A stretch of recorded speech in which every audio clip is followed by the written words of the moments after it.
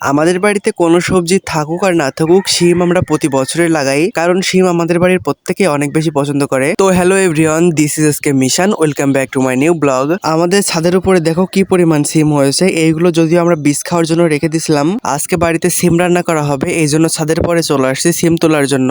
আমার ভিডিওগুলো তোমরা অনেকেই দেখতে পছন্দ করো, আবার অনেকে খারাপ কমেন্ট করো। আমি তো লাইফস্টাইল ব্লগিং করি, এটা করেও মানুষের কাছ থেকে খারাপ খারাপ মন্তব্য শুনতে হয়। তো সে যাই হোক, ইদানিং করে তো আমি কমেন্ট দেখাই বাদ দিয়ে দিছি। তোমরা যারা ভালো কমেন্ট করো তাদেরকে অসংখ্য অসংখ্য ধন্যবাদ, আর যারা আমাকে খারাপ কমেন্ট করো আমি টোটালি ইগনোর করি। তোমাদের খারাপ খারাপ কমেন্ট শোনা আর ডাস্টবিন থেকে দুর্গন্ধ শোকা একই জিনিস।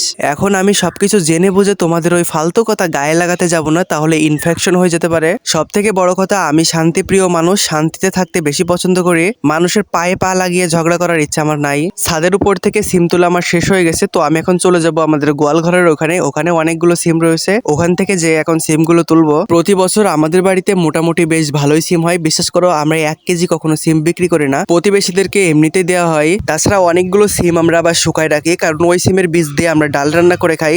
বর্ষার সময় আসলে সিমের বীজ আমরা ভাজি করে খাই, ওটা কিন্তু বর্ষার সময় খাইতে বেশ ভালো লাগে। এখানে এসেও আমি অনেকগুলো সিম পারছি। তো এভরিওয়ান, তোমরা কে কে আমার ভিডিও দেখতে পছন্দ করো কমেন্টে জানাবা।